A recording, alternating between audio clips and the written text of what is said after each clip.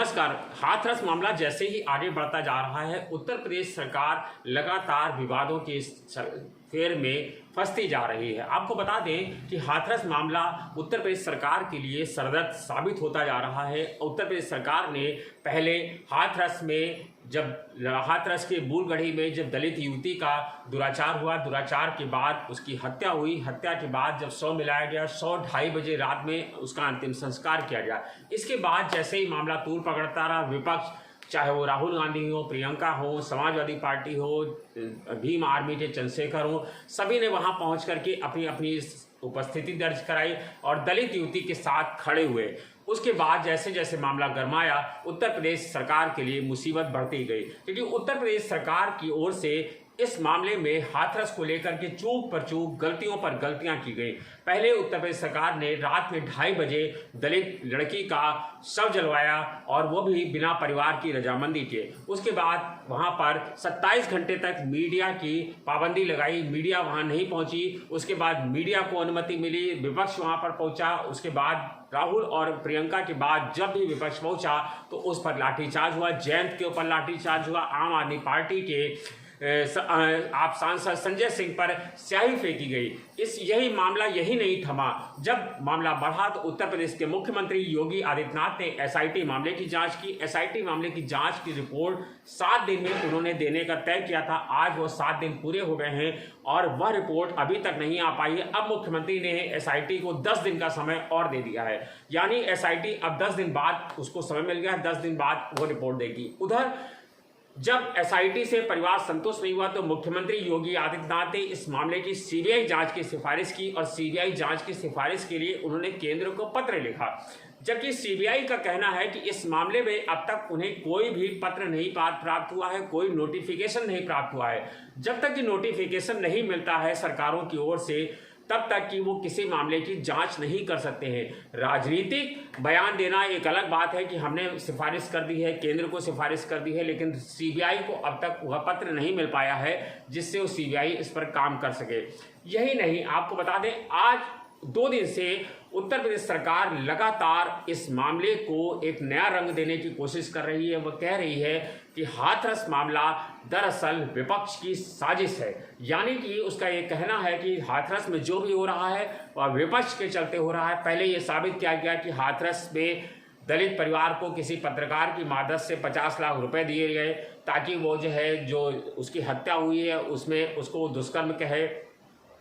इसके बाद आपको बता दें कि अब आज एक नया खुलासा किया गया है और कहा गया है कि पीएफआई के माध्यम से 100 करोड़ की फंडिंग हुई है और 100 करोड़ की फंडिंग इसलिए की गई है ताकि उत्तर प्रदेश में जातीय संघर्ष फैलाया जा सके, जातीय हिंसा फैलाई जा सके और उत्तर प्रदेश के मुख्यमंत्री योगी आदित्यनाथ की छवि को बट्टा लगाया जा सके। ये ईडी की अभी प्रारंभिक जांच की रिपोर्ट में आया है, जो आज ईडी ने अपनी रिपोर्ट सौंपी है। उसमें कहा गया है कि 100 करोड़ की फंडिंग हुई है और इस फंडिंग को पीएफआई के कुछ खातों में जांच के बाद पाया गया और ये उसने साफ कर दिया है कि पीएफआई को ये फंडिंग 100 करोड़ में से 50 करोड़ की फंडिंग अकेले मॉरिशस से हुई है।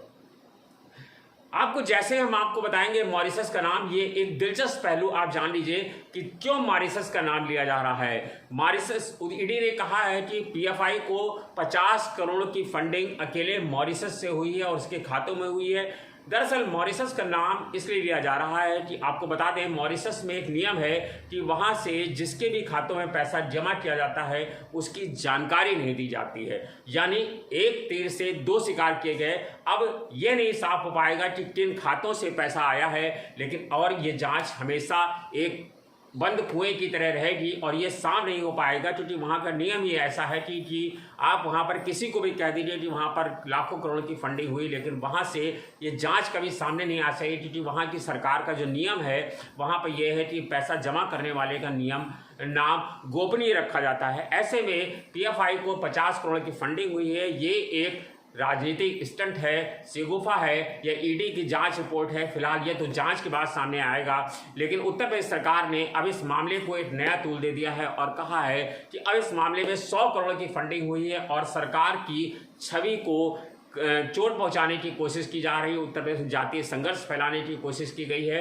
और एफएसएल की जो रिपोर्ट आई है उसमें कहा गया है कि जो युवती थी इसके साथ रेप की पुष्टि नहीं हुई है, यानी रेप नहीं हुआ है। दरअसल आपको बता दें इसके पीछे भी, जबकि इसकी जो पोस्टमार्टम रिपोर्ट आई है उसके वेजाइनल में 2 इंजरी दिखाई जा रही हैं, यानी उसके जो वेजाइनल है उसमें 2 तरह की चोटें हैं, जिससे साफ होता है। फॉरेंसिक एक्सपर्ट से हमारी बात हुई तो वो कहते हैं, दिल्ली के फॉरेंसिक एक्सपर्ट से कल हमने बात की तो उन्होंने यही कहा कि जो एफएसएल की रिपोर्ट है भले ही वो रेप की पुष्टि ना करे, लेकिन वेजाइनल में जो रिपोर्ट आई है जिसमें इंजरी है उससे साफ होता है कि उसके साथ दुष्कर्म हुआ है।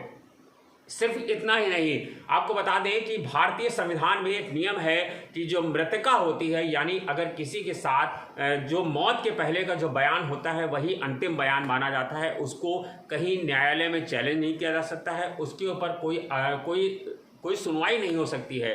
और मृतका ने मरने से पहले जो बयान दिया है उसमें उसने कहा है कि उसके साथ शारीरिक दुष्कर्म हुआ है। उसके बावजूद अभी तक शारीरिक दुष्कर्म की धारा की जांच नहीं हो रही है। बहुत दबाव के बाद इस मामले को दर्ज किया गया है, लेकिन अभी तक इस मामले को जस का तस रखा गया है। आज उत्तर प्रदेश की विपक्ष के तमाम बयानों के बाद, तमाम दबाव के बाद, आज उत्तर प्रदेश के मुख्यमंत्री योगी आदित्यनाथ की ओर से बूलगढ़ी के में जो दलित गुड़िया थी उसके घर पे सिक्योरिटी पहुंचा दी गई है। उसके जो जानने वाले लोग हैं, जो गवाह हैं, उन्हें 2-2 पुलिस कर्मियों की सुरक्षा दी गई है। और एडीजी आगरा अमित आनंद वहां पहुंचे हैं। उन्होंने वहां पर पहुंच करके दलित युवती के घर का सुरक्षा का जायजा लिया। उसके घर पे सीसीटीवी कैमरे लगवाए हैं ताकि वहां पर जो भी हो सके उसका रिकॉर्ड रखा जा सके। जबकि रिकॉर्ड जो चीज़ों का रखना था वो सब चीज़ें पहले ही खत्म की जा चुकी हैं। जब एसआईटी के नाम पर उस गांव में जो भी हुआ वह देश से किसी से छिपा नहीं हुआ है। और जब देश में वहां पर मीडिया को पाबंदी कर दी गई थी और बड़े बड़े पत्रकारों को, चैनलों को वहां पर जाने से रोका गया था, और 27 घंटे तक जब मीडिया धरने पर बैठी रही, उसके बाद मीडिया को वहां पर जाने की अनुमति मिली। और उसके बाद तब तक ये कहा गया कि एसआईटी वहां पर जांच कर रही है, लेकिन एसआईटी वहां पर किस मामले का जांच कर रही थी, किस तरह की जांच कर रही थी, यह भी अभी तक सामने नहीं हो पाया है। पहले ये उम्मीद जता रही थी कि आज एसआईटी की रिपोर्ट मिल जानी थी, यानी आज पिछले बुधवार को ये जांच होनी थी और आज ये जांच रिपोर्ट सौंपी जानी थी मुख्यमंत्री को, लेकिन मुख्यमंत्री को जांच रिपोर्ट नहीं सौंपी गई। और एसआईटी के अधिकारियों ने बताया कि अभी जांच में बहुत कुछ करना बाकी है, जिसके बाद मुख्यमंत्री ने 10 दिन का समय उन्हें और दे दिया। लेकिन सबसे दिलचस्प ये है कि आज जो सरकार की ओर से बयान आया है, यानी कि मुख्यमंत्री ने कहा है कि उत्तर प्रदेश में जो साजिश हो रही है हम उसको कामयाब नहीं होने देंगे। मैं भी मुख्यमंत्री से चाहता हूं कि मुख्यमंत्री दरअसल किसी भी तरह की साजिश हो रही हो तो उसका खुलासा करें, इसमें कार्रवाई करें और जो भी लोग दोषी हैं उन्हें बुरी तरह से दंडित किया जाए। जब मुख्यमंत्री को इस बात के रिपोर्ट मिल गए हैं कि ईडी ने ये संकेत दे दिए हैं कि पीएफआई को 50 करोड़ की फंडिंग मॉरिशस से हुई है और कुल 100 करोड़ की फंडिंग की गई है, अगर इस बात के सबूत मिल गए हैं, इस तरह की चीज़ें साफ हो गई हैं, तो क्यों नहीं उत्तर प्रदेश सरकार पीएफआई को बैन कर रही है? क्यों उन लोगों को, सारे संगठन को बैन किया जा रहा है? उत्तर प्रदेश सरकार आखिर अब किसका इंतजार कर रही है कि पीएफआई जैसे संगठन जो राष्ट्रद्रोह का काम कर रहा है, अगर ये बात सच है, अगर ये बात साफ है, राजनीतिक स्टंट नहीं है कि उसे 50 करोड़ की फंडिंग हुई है, लेकिन ये सब चीज़ें अगर पीएफआई को बैन किया जाता है तो ये सब चीज़ें साफ करनी होगी।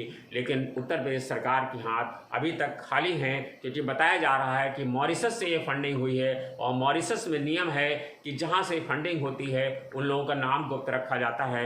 ऐसे में सच शायद कभी उत्तर प्रदेश की जनता के सामने सच नहीं सामने आ पाएगा। लेकिन उत्तर प्रदेश में आपको बता दें, जो दलित गुड़िया है, जिसको मैं काल्पनिक नाम से गुड़िया कह रहा हूँ, उसकी हत्या हुई है। अगर रेप की नहीं हुआ है तो भी हत्या तो हुई है।